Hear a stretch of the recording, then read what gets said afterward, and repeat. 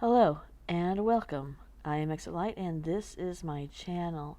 Today we're going to discuss the update on the deaths of John Garish, Ellen Chung, and their 1-year-old daughter Muji, along with their dog Oxy.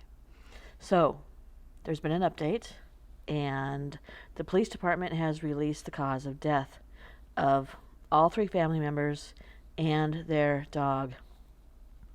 Tell me what you think about this. And yeah, I'm gonna give you the details, and then we should talk about it below because I think you're gonna agree with me when you hear these details. California officials reveal how hiking family mysteriously dropped dead. A family of 3 found dead on a Northern California hiking trail in August died of heat exposure and possible dehydration, the local sheriff's office revealed. Heat-related deaths are extremely difficult to investigate, Mariposa County Sheriff Jeremy Breeze said at the press conference, citing an official cause of death as hyperthermia and probably dehydration. The bodies of John Garish, Ellen Chung, and their 1-year-old daughter Muji were found mid-August on the Savage Lundy Trail, a remote area of Sierra National Forest.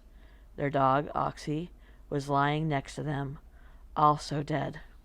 Initially, officials were unable to discern a cause of death and approached the family's bodies wearing hazmat suits.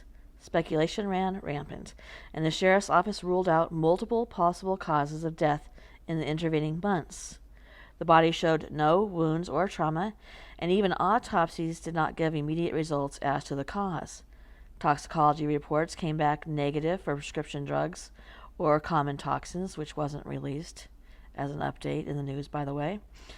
Officials expressed public frustration in the weeks after the discovery. In September, officials closed the trail where the family was found for unknown hazards, but reopened it soon after. And if you watched my last update, we talked about the unknown hazards and how hazards aren't unknown if you've found them.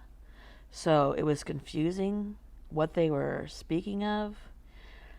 I don't know how you find an unknown hazard. It doesn't even make sense. But as we just found out, they're not going to go with that as a reason. On Thursday, Breeze said that the family had been hiking on a steep trail where the temperatures were sky high between 107 and 109 degrees, though the temperature in the area where they started was in the 70s. It doesn't say that that was because of the time of day, so I'm going to take it to mean literally that the area they were when they started was in the 70s. Now, they were found 1.5 miles from their vehicle. If they were headed back, they would have been heading back into cooler temperatures. Keep that in mind. The sheriff said that there was little shade due to an earlier fire in the area. The sheriff's deputies found 1 empty Camelback water container with the family and a small amount of baby formula in a bottle and snacks. The parents wore basic hiking attire that day and held the baby in a backpack carrier. John's phone has been sent to the FBI for forensic analysis. A portion of the Merced River was closed the same month due to concerns of toxic algae, though the water in the family's bladder had come from tap water or bottle, according to the sheriff. And I'm guessing that they must have swabbed the inside of the water bottle to find that out, since there was no water in it at the time. The Garish Chung family issued a statement that was read at the press conference. The loss of a close relative is a pain almost beyond words. When that loss includes a baby who is just a 1-year-old, that pain is indescribable. The question of why can never be answered and will always remain with us. So, that would appear to be the last update that we're going to be given. They died from heat exposure and maybe dehydration. A couple of things. As you know, I've been to the hospital quite a bit lately, and when I go in, they know right away if I'm dehydrated. They can tell by my veins. So, in an autopsy, it appears to me that they would have been able to tell if the couple were dehydrated. And I think that's one of the reasons they're not saying for sure is because the autopsy did not show any dehydration, nor did it show any effects of the heat exposure. So I don't know what that would look like, but I do wonder how it's possible that 3 people and a dog died at the same moment from heat exposure. An adult, if they had passed first, the other adult would, in my opinion, take the baby and go get help. And that didn't happen. They were found with John sitting down and Ellen just a short distance from him. Why would they separate and be several feet apart? Several feet apart, they both dropped dead of heat exhaustion, and the baby did, and the dog did as well.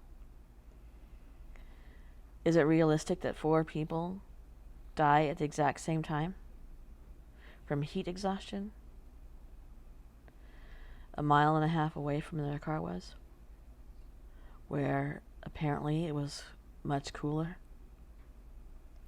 These are people who had done a lot of hiking and hiked through deserts. So I feel like they've been described as avid hikers, avid outdoors people, and they wouldn't do something to put their 1-year-old's life at risk. I just feel like I don't think that's a satisfactory answer. What do you guys think? Is it possible that 4 people die at the exact same time from heat exposure? Or 3 people and a dog, I should say, sorry. Does that seem logical to you? And I think we've talked about this several times, that the answer they gave probably wouldn't feel logical given the fact that there was nothing on the autopsy. Clearly, they just said that nothing in the toxicology reports. There was no algae in their system, or, as they said, in their water bottle. Just heat exhaustion, maybe dehydration. I don't know. Does a couple and a baby take only one source of water? Avid hikers, wouldn't they take one for each person, something for the baby? I think these are questions that a lot of people are asking, and it just seems mysterious.